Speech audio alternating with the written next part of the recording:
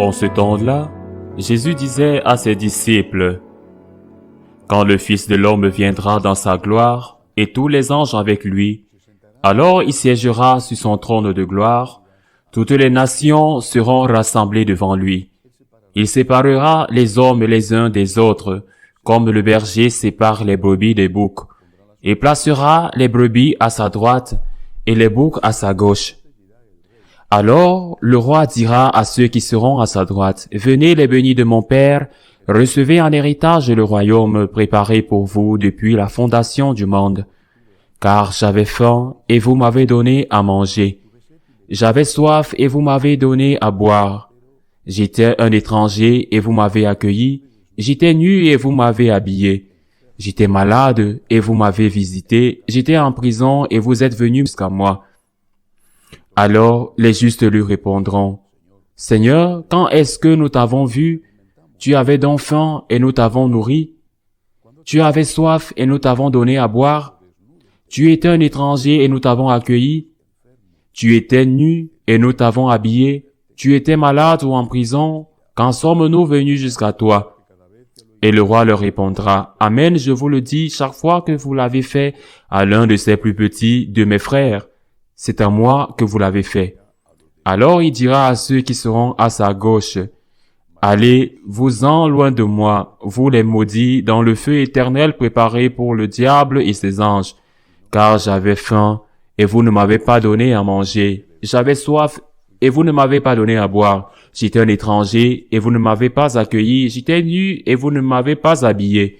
J'étais malade et en prison, et vous ne m'avez pas visité. » Alors ils répondront eux aussi, « Seigneur, quand avons-nous vu avoir faim, avoir soif, être nus, étrangers, malades ou en prison, sans nous mettre à ton service? » Il leur répondra, « Amen, je vous le dis, chaque fois que vous l'avez fait à l'un de ces plus petits, c'est à moi que vous l'avez fait. » Et ils s'en iront, ceux-ci au châtiment éternel, et les justes à la vie éternelle. Acclamons la parole de Dieu. Quand on lit la parole de Dieu, quand on la médite, quand on y cherche des enseignements, il est inévitable, il est logique que chaque personne regarde un détail de cette parole. Une phrase, même si la même personne médite cette parole avec un peu de décalage, elle regardera quelque chose de différent de ce qu'elle a vu la fois précédente. C'est logique et c'est naturel. Mais ce qui n'est pas logique et ce que vous ne pouvez pas faire, c'est d'aller dans la parole de Dieu et d'éliminer les choses qui ne vous conviennent pas parce que vous n'y croyez pas ou qui ne sont pas tout simplement pas à la mode.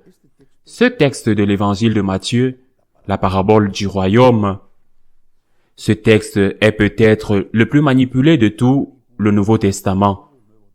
Parce qu'ici, il y a beaucoup de choses et on ne se concentre que sur une seule et sur celle-là, même partiellement. Combien de choses y a-t-il dans ce texte? Premièrement, dans l'ordre de leur apparition. Premièrement, quand il viendra dans sa gloire le Fils de l'homme. Premier enseignement. Premier, comme il apparaît qu'il n'est jamais dit. Deuxième, venue du Christ. La seconde venue du Christ aura lieu.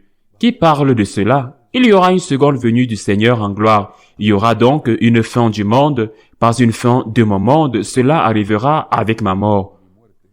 Mon monde sur cette terre, mais une fin du monde, et ce sera quand notre Seigneur en gloire viendra. Et que se passera-t-il alors? Deuxième enseignement. Il va y avoir un jugement dont le jugement n'est pas encore connu. Il y aura une fin du monde et il y aura un jugement. Ce jugement, c'est ce que l'Église nous enseigne. Le jugement est double. Il y a un premier jugement qui se produit au moment où nous mourons, un jugement particulier. Au moment où vous mourrez, il y a un jugement sur vous. La conséquence de ce jugement est la récompense ou la punition. Troisième enseignement. Il y a une récompense et une punition. Il y a aussi une punition. Il n'y a pas de café pour tout le monde.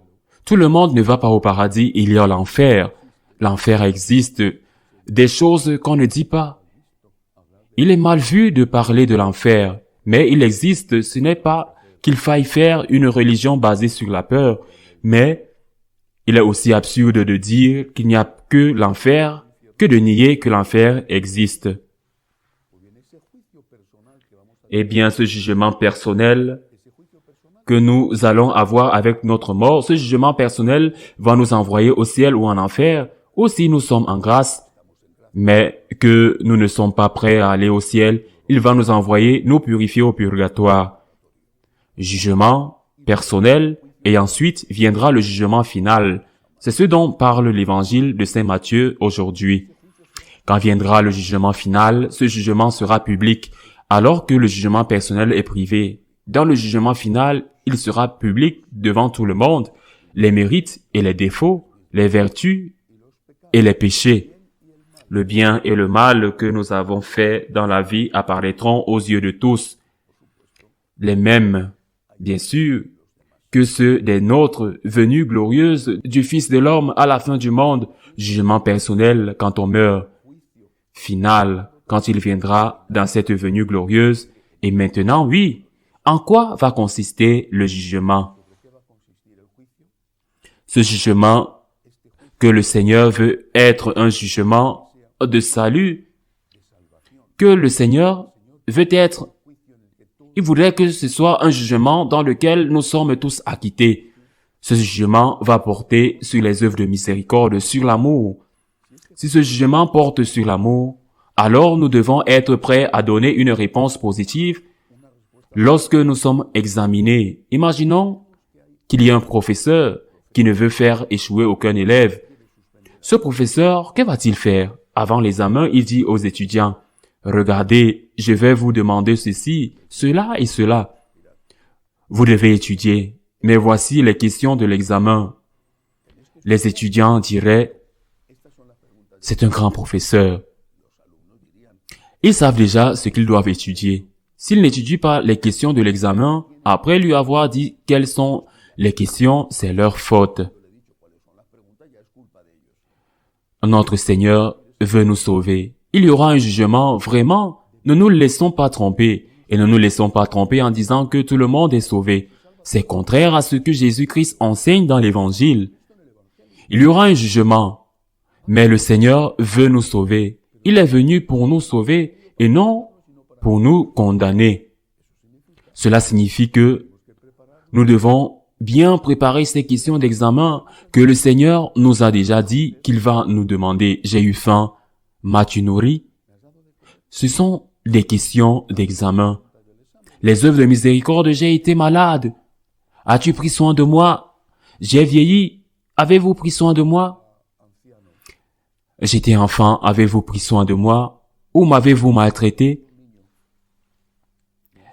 J'ai eu besoin de votre aide, de l'aide de tous, ou de la vôtre en particulier. J'ai eu besoin d'un câlin. J'ai eu besoin de votre pardon. J'ai eu besoin que vous m'aidiez à trouver un emploi. J'ai eu besoin que vous me payiez. J'ai juste eu besoin que vous soyez fidèles. L'avez-vous fait? Venez bénis de mon Père. Et c'est là que vient le dernier enseignement. Il y a un jugement basé sur les œuvres de miséricorde. Et il y a la vie éternelle. Il y a la vie éternelle. Venez, bénis de mon Père. Ou partez. Partez aussi, maudits de mon Père. Il y a la vie éternelle, mais elle ne sera pas de même pour tous. Venez, bénis de mon Père. Venez au ciel avec moi. Éloignez-vous de moi. Partez, maudits de mon Père. Allez en enfer avec le diable.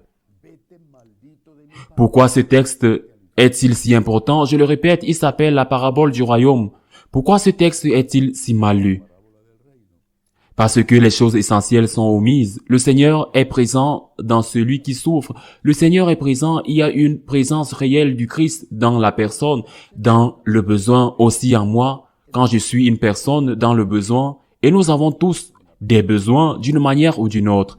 Il y a une présence réelle du Christ dans la personne, dans le besoin. Mais il y a un jugement. Au moment de votre mort, il y aura un jugement final. Il y aura une récompense ou il y aura une punition. Le Christ veut nous sauver, il ne veut vraiment rien d'autre. Il nous aime. Il n'est pas monté sur la croix parce qu'il aimait souffrir. Le Christ veut nous sauver. Il a payé le prix de son sang pour nous racheter. Laissons-nous sauver. Laissez-vous sauver par lui.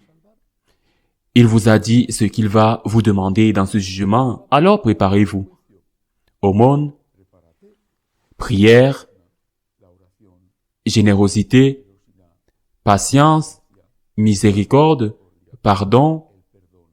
Préparez-vous pour le jugement et ne vous laissez pas tromper. Et ne vous laissez pas tromper, même si on vous dit, qui que ce soit qui vous dit, comme dit Saint Paul, même si un ange est venu du ciel, même si on vous dit, qui que ce soit qui vous dit que le salut est pour tous, c'est un mensonge.